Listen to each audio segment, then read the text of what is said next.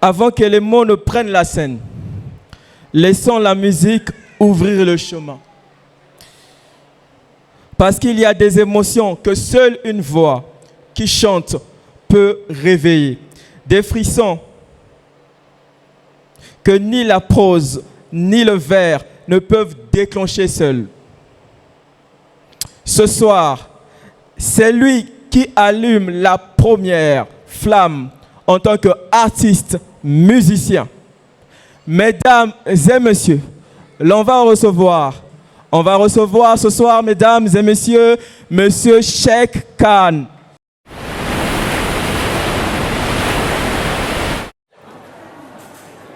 Bonsoir tout le monde.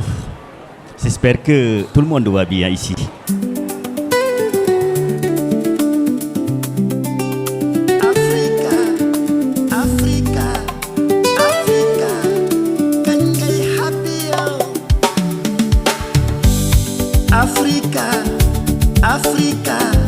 Africa, kañ ngay happy yow. Man waru na man Africa,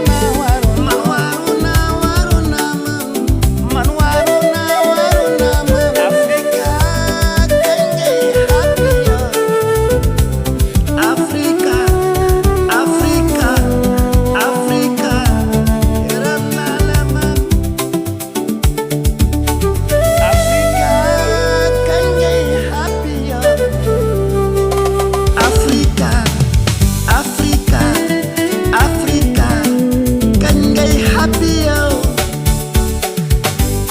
Non seulement un homme, mais quelqu'un d'authentique, de sincère, dans ses textes, dans sa composition. Un artiste musicien qui s'aime, qui se respecte et qui s'implique dans sa musique.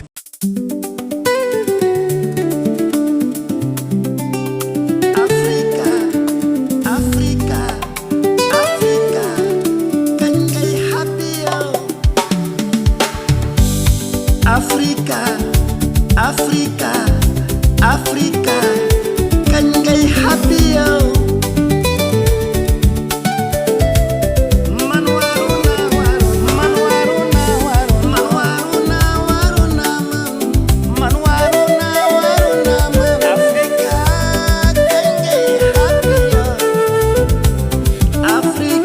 kañ ngay happy yow.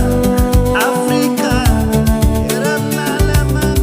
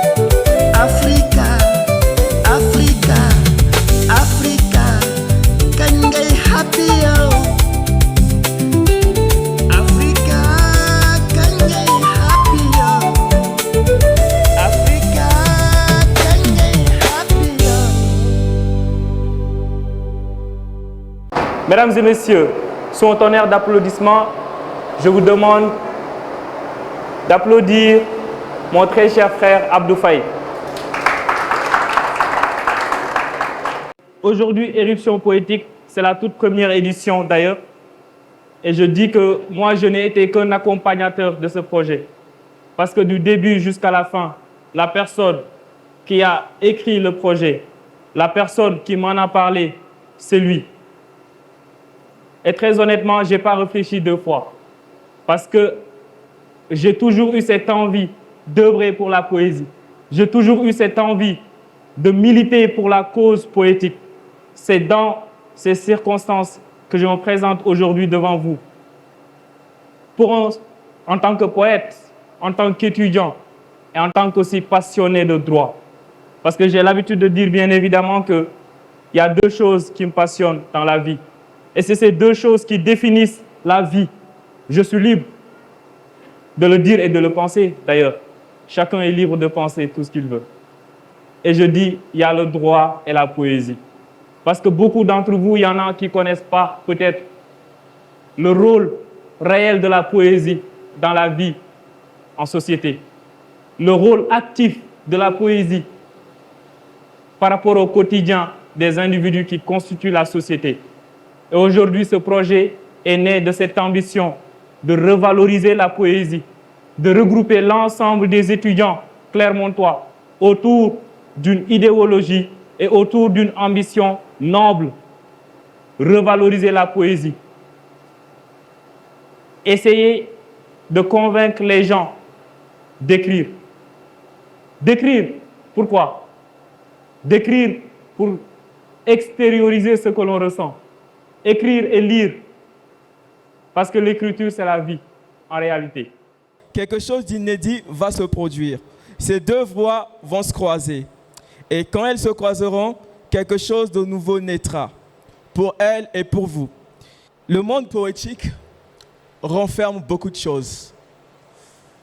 Les œuvres littéraires nous rappellent non seulement notre vie, nous rappellent non seulement des moments particuliers, des moments précis, mais révèlent encore l'identité de ceux qui ont pris le temps de pouvoir graver leur nom dans les sables du temps.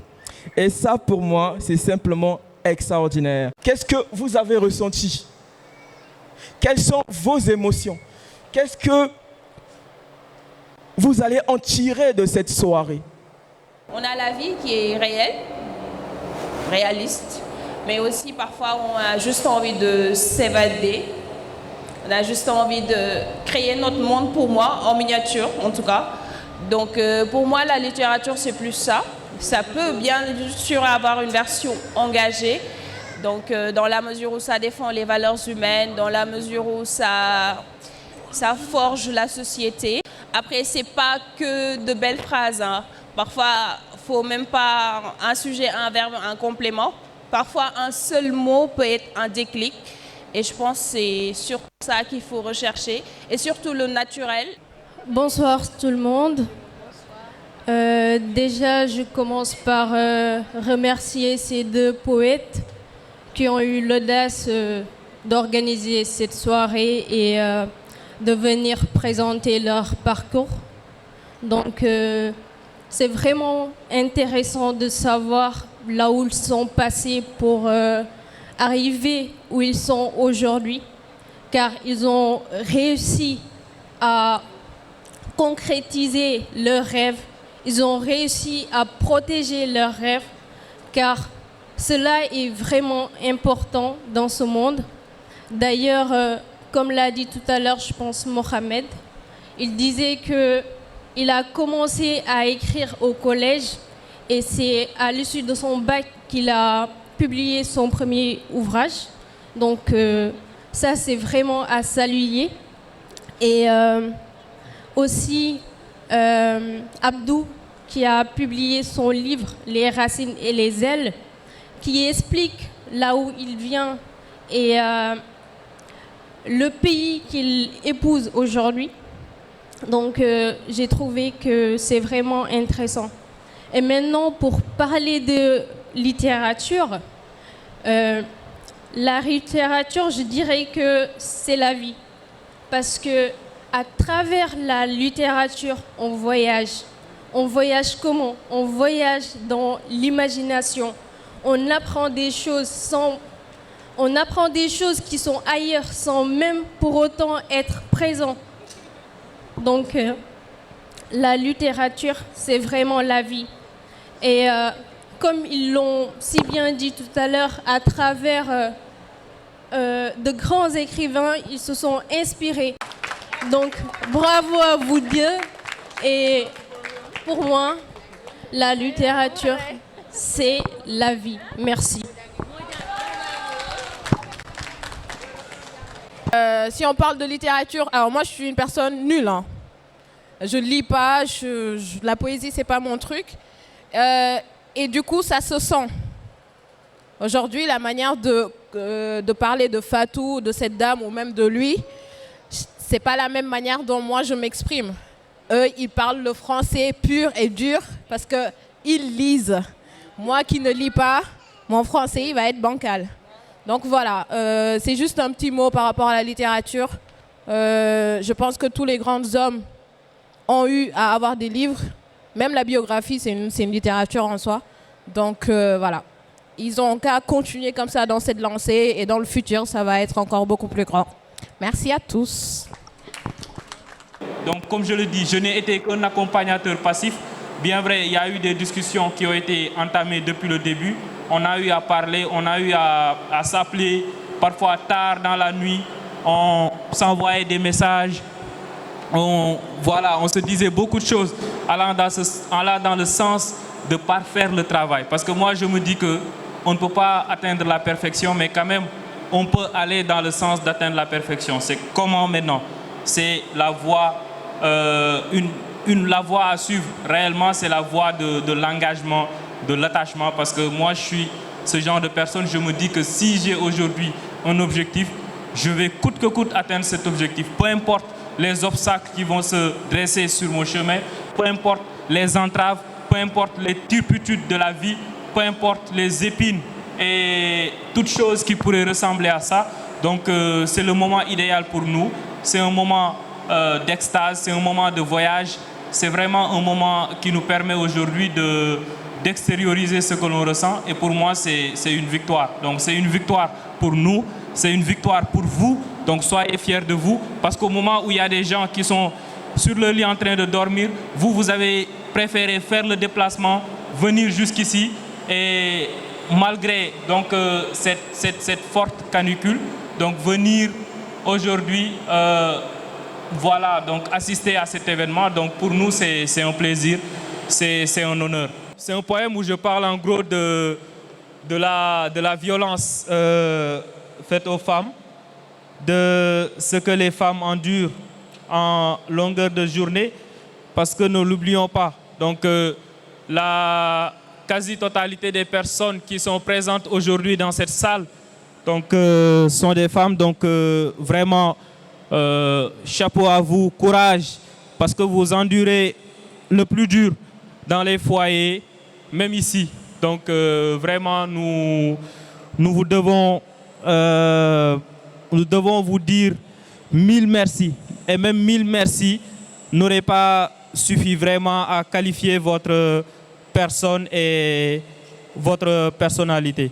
Donc sans plus tarder, je vais passer à la déclamation de ce poème. Ça parle des maux de la société, ça parle des maux que l'on vit au quotidien, ça parle de la vie des femmes, ça parle vraiment des réalités obscures qui gangrènent la société, plus particulièrement la société africaine. Donc,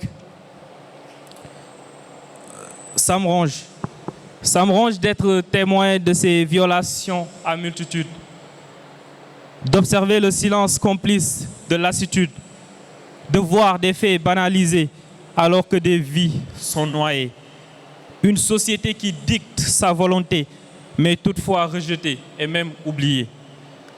Ça me ronge de voir des violences qui gagnent du terrain, dans la société surtout, sur des filles mineures qui sont violées et leurs familles qui gardent le silence pour justifier le lien de parenté qui reste pour eux la seule priorité. Ça me ronge d'être dans une société où l'injustice a atteint le plus haut sommet, de regarder des jeunes qui périssent dans la clandestinité avec une seule devise, émigrer. Et quelles que soient les circonstances, juste s'exiler.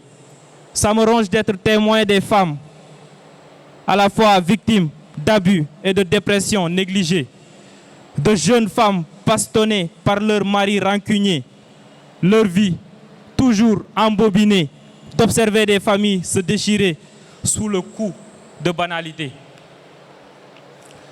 Ça me ronge de parler de ces maux quotidiens qui ne sont pas innés, qui persistent quant à la pauvreté qui a signé un contrat de dureté au sein de la société, ces droits violés qui nourrissent des intentions affamées. Ça me ronge. Ça me ronge de voir des dames tuées sans justice souhaitée, des jeunes tirés sous les auspices d'une insouciance démontrée. Chaque jour, des calomnies, une société qui se dit insatisfaite en raison des choses si banalisées au moment où brûle la cité. Ça me ronge ces tristes réalités, ces déceptions, ces sentiments de désillusion qui constituent toujours pour la vie une équation où des femmes se battent pour survivre de ces galères en portions, de ces séries de violences qu'elles subissent au sein de leur propre maison. Ça me ronge que les femmes soient victimes de bastonnades, leur vie transformée en marinade alors qu'elles sont les plus géniales. Les femmes au loin, elles souffrent de ces unions illégales. Ça me ronge. Ça me ronge pendant que les coupables qui se disent innocents se victimisent pour justifier leur tort. Un peuple avec ses aspirations au tiroir, des innocents qui se baignent dans leur sang et la souffrance qui devient le vilain grand. Moi, je vais parler d'un autre sujet qui n'est pas trop loin de la femme, ni trop loin de l'homme aussi. Je vais vous parler un peu d'amour pour sucrer un peu ou saler la soirée. Je ne sais pas comment on va le prendre. L'amour n'est pas un mot. On nous a appris l'amour dans les films, avec des roses rouges et des violons, des regards qui se croisent dans des gares et des baisers sous la pluie au ralenti. Mais personne ne nous a dit que l'amour, ça sent parfois la sueur, que ça ressemble à deux personnes fatiguées qui choisissent quand même de rester. Personne ne nous a dit que l'amour, c'est parfois toujours beau, que parfois c'est laid, maladroit, cassé, et que c'est dans ces moments-là qu'il est le plus vrai. Mbok, comme on dit chez nous, que celui qui partage ton sang est sacré. Mais l'amour va plus loin que le sang. Il choisit où le sang n'a pas choisi. Dieuf. L'amour, c'est un acte. Pas une déclaration qu'on fait une fois. C'est ce qu'on fait chaque matin.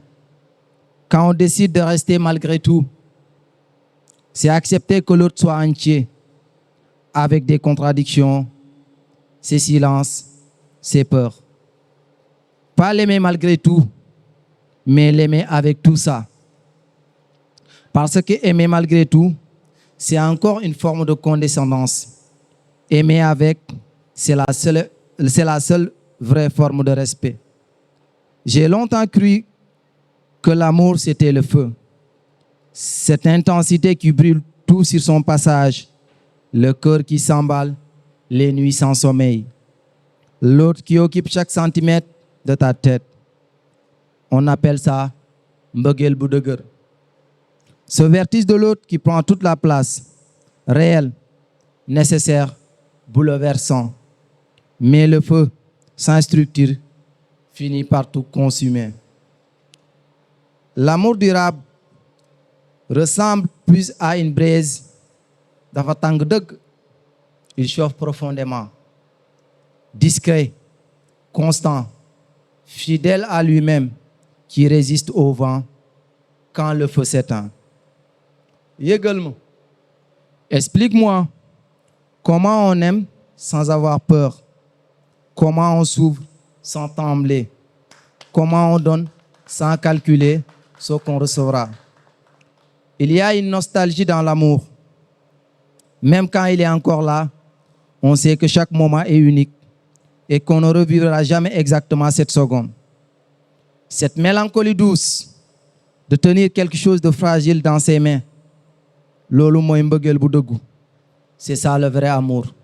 Choisir d'aimer sachant que rien ne dure pour toujours. Et puis il y a la douleur. Le cœur qui s'enfuit. Celui qui ne revient pas tout de suite, qui reste quelque part entre deux silences. Mais cette douleur est une preuve. La preuve que tu as vraiment vécu, que tu n'as pas regardé l'amour de loin, que tu t'es jeté dedans les yeux fermés. Celui qui aime peut souffrir. Mais celui qui n'aime jamais ne vit qu'à moitié dans une maison sans lumière. La guérison ne signifie pas oublier. Elle signifie porter autrement, transformer la douleur en sagesse et la sagesse en capacité d'aimer encore. Dans nos cultures, on parle peu d'amour. Gordu faible, xol bi dafa planqué, le cœur se cache. Les hommes, surtout, gardent tout à l'intérieur, comme si nommer le sentiment allait l'affaiblir. Mais bëgg naa la, dit à haute voix, c'est un acte de bravoure. Pas une faiblesse, c'est offrir à l'autre la vérité de ce que tu ressens. Je crois que pleurer pour quelqu'un, c'est lui offrir quelque chose de précieux. Yërmande bi dafa am solo trop. La tendresse a de la valeur, même quand le monde te dit d'être dur.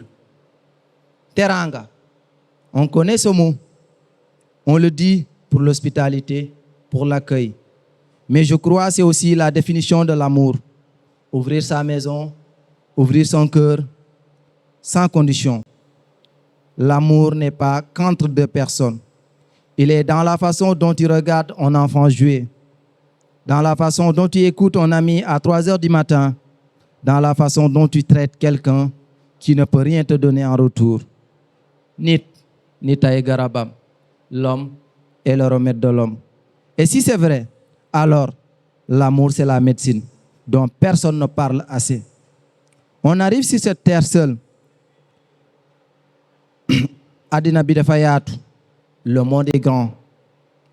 Mais entre notre premier souffle et le dernier, on a la possibilité immense de croiser des âmes, de les laisser entrer, de les laisser nous transformer. Dafma wëral, il m'a changé. Et ne plus être tout à fait le même après, c'est un cadeau. Alors ce soir, je ne parle pas d'une seule personne. Je parle de ma mère, Yaye, qui m'a tout appris. Que l'amour, c'est de se lever quand tu t'es épuisé. Je parle de mes amis, Khariti, qui sont là ce soir, qui sont restés quand j'étais difficile à aimer et qui ont choisi de rester quand même. Je parle de moi, qui apprend encore. Mangi Djang, je suis encore en train d'apprendre la langue la plus difficile qu'il soit. Mbëggeel du dëgg te du bàkkaar, comme on le dit chez nous. L'amour n'est pas une erreur, ni un mensonge. C'est un verbe qu'on conjugue tous les jours, parfois bien, parfois mal, mais toujours avec tout ce qu'on a. Et tant qu'on continue de le conjuguer, on n'a pas vraiment perdu. On est juste en train d'apprendre. Bëgg naa la, je t'aime. 3 mots simples qui contiennent tout l'univers et quand on les dit vraiment. Merci. Sans plus tarder, on va avancer sur la déclamation d'un de mes poèmes que j'ai écrit. Parce que, en réalité, ça parle d'un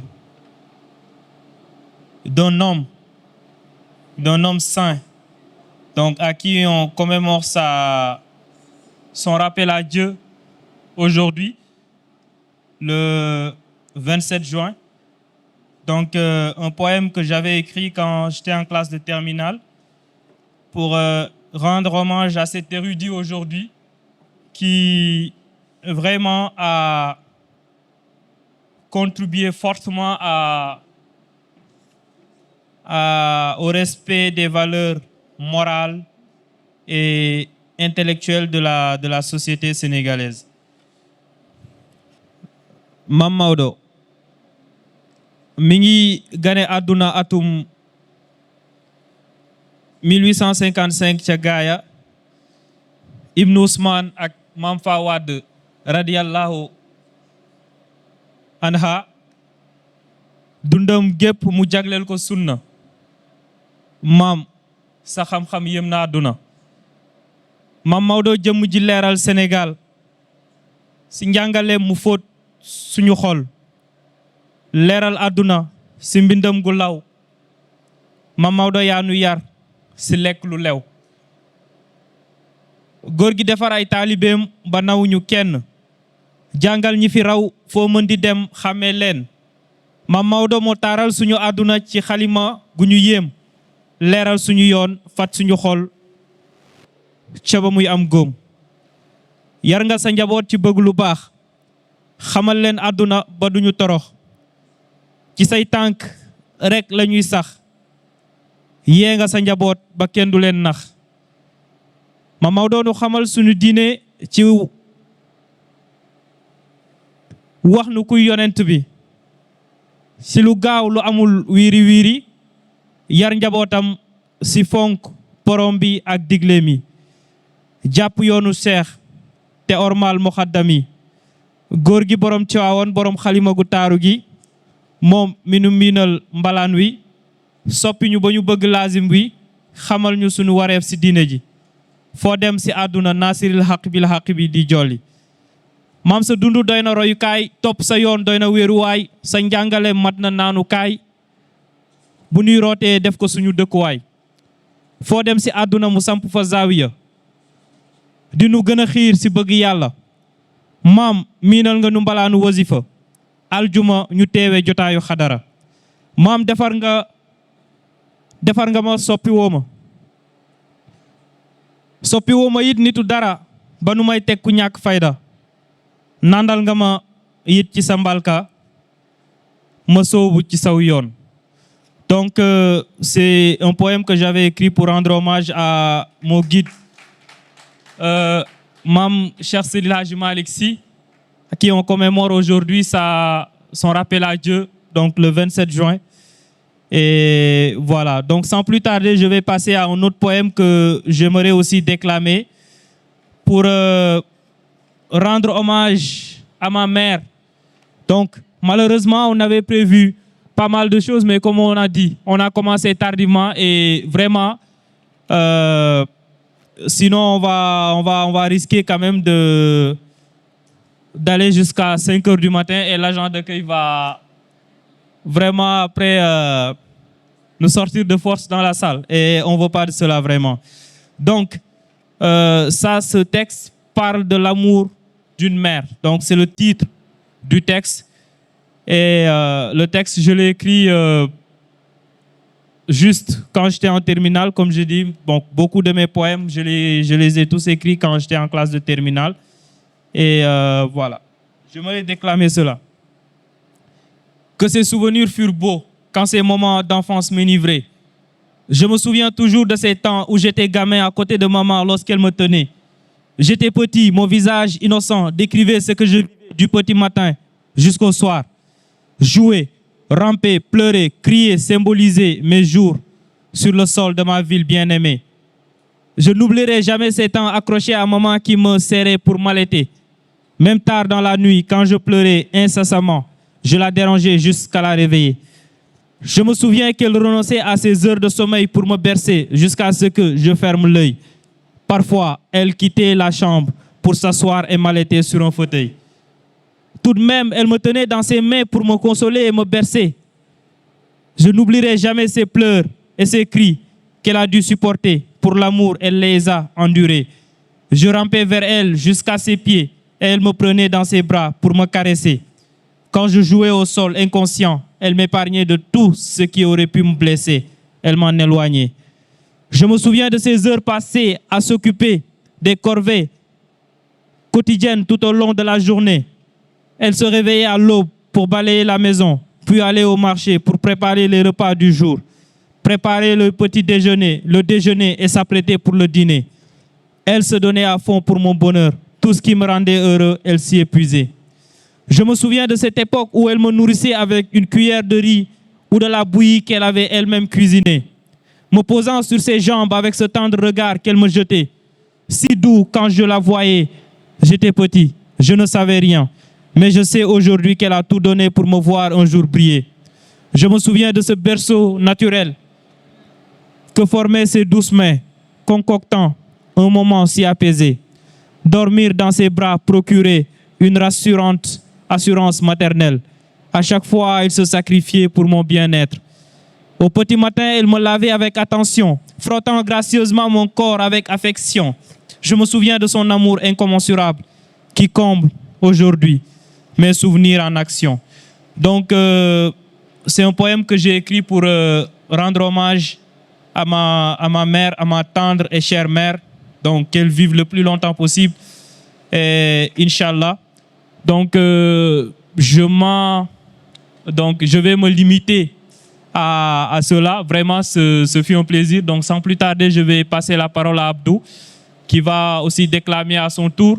Et après, on va prononcer les mots de la fin, remercier ces personnes qui ont effectué le déplacement pour venir assister à cet événement, donc soutenir ce projet. Et voilà. Donc, Abdou, je vous laisse la parole. Merci. Merci Mohamed Moustapha Ndiaye. C'est très très important, c'est vraiment très bien parce que nous aimons vraiment l'art poétique, parce qu'un poète, il reflète les mots de la société. Il s'imprègne de cela. Et lorsqu'on va au-delà des revers, on va simplement cet effet instinct grégaire où l'on se retrouve, où l'on s'identifie. Et c'est exceptionnel. Et par cette même occasion, nous allons continuer notre voyage qui va s'arrêter dans un instant. Mais j'aimerais que ce moment reste gravé en vous, que vous allez les partager avec vos amis, avec votre famille, afin que la prochaine fois, que ici dans cette salle, que nous puissions être accompagnés de ceux que nous aimons, de ceux que nous portons, comme l'a élucidé Abdou Faye dans son ouvrage « Les racines et les ailes ». Je l'invite sur la scène.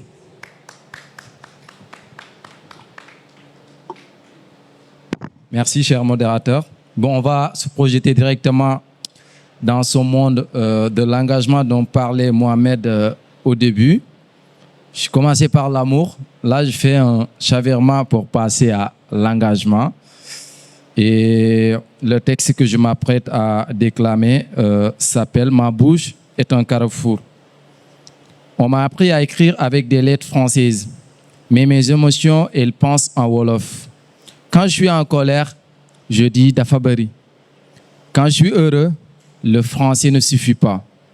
Ma langue maternelle n'est pas dans les dictionnaires. Elle est dans la bouche de ma grand-mère, dans les contes qu'elle racontait sans limurière, dans les proverbes qui remplacent les prières. Ku am xam-xam, amna ëllëg. Celui qui a la connaissance en lendemain. Mais quelle connaissance? Dans quelle langue? Celle de l'école ou celle du chemin? On m'a dit parle bien, articule, prononce. Comme si ma voix avait besoin d'une ordonnance. Comme si le français était la seule nuance pour dire l'amour, la douleur, l'espérance. Moi, je suis bilingue dans l'âme. Je code switch comme on jongle avec des flammes. Le matin, je rêve en wolof. Le soir, j'écris des poèmes en français sur un toit. Ma bouche est un carrefour, pas une frontière. Deux langues qui s'aiment sans se faire la guerre. Et quand je monte sur scène ce soir, je n'ai pas à choisir mon histoire. Je parle avec toutes mes voix, celle d'ici et celle de là-bas. Celle qu'on m'a donnée et celle que je me suis faite. Celle qui chante et celle qui tempête. Parce que ma langue n'est pas une cage, c'est une maison avec plusieurs étages. Et j'ai les clés de chaque porte je suis riche de tout ce que je porte. Je vais continuer, mais là, je vais vous parler de l'exil et du foyer. Un thème qui est très présent dans mon recueil, Les racines et les ailes. Et je pense que c'est quelque chose qui nous anime en étant des étrangers dans un pays qui n'est pas le mien, le tien autant pour moi. Du coup, le poème s'appelle, c'est un texte qui s'appelle « Où est chez moi ?» On m'a posé la question au soir à la gare. « Tu viens d'où ?» Simple question, réponse bizarre. Je viens d'un pays qui me manque et d'une ville qui m'a accueilli sans me connaître. Je viens de quelque part, mais je vis quelque part d'autre. Dakar est dans mes poumons. Chaque fois que je respire, je sens le tchéboudienne. Je sens l'océan qui tape sur les rochers de la corniche. Je sens ma mère qui appelle depuis la cuisine. Mais Clermont aussi est dans mes pieds. Ces rues que j'ai arpentées sous la pluie, ces visages qui sont devenus des amis, ce pays qui m'a appris notre vie. Alors, où est chez moi? Est-ce que c'est l'endroit où tu es né? Ou l'endroit où tu as grandi? Est-ce que c'est l'endroit où dort ta famille? Ou là où bat ton corps ce soir? L'exil, ce n'est pas toujours la souffrance. Parfois, c'est juste une longue distance entre deux versions de toi-même qui s'écrivent des lettres sans les envoyer. Je suis l'enfant de deux saisons, l'arbre et la pluie d'automne. L'une m'a séché, l'autre m'a trempé. Et entre les deux, je me suis construit. Chez moi, c'est quand ma mère rit. Chez moi, c'est quand mes amis comprennent. Chez moi, c'est cette scène ce soir où personne n'est étranger à personne. Chez moi, c'est là où ma voix résonne et où quelqu'un dans la salle frissonne parce qu'il a reconnu dans mes mots quelque chose qu'il portait en silence. Alors, je ne viens pas d'un seul endroit. Je suis fait de plusieurs adresses. Et toutes ces adresses sont vraies et toutes ces adresses sont moi. Du coup, c'était le dernier texte que j'avais à lire. Merci beaucoup d'être là ce soir. C'était notre première édition Éruption Poétique. Mais c'était juste un moment de partage et de réflexion aussi. Parce que quand on parle de poésie, quand on parle de slam, quand on parle de performance, c'est un endroit où c'est une réflexion intellectuelle, je dirais. Donc la poésie englobe plein de choses. La poésie, c'est la vie. La poésie, c'est l'amour. La poésie, c'est la souffrance. La poésie, c'est la mort. Donc, c'était mon dernier mot. Merci en tout cas d'être venu ce soir et partager cette soirée avec nous. Merci. Jërëjëf.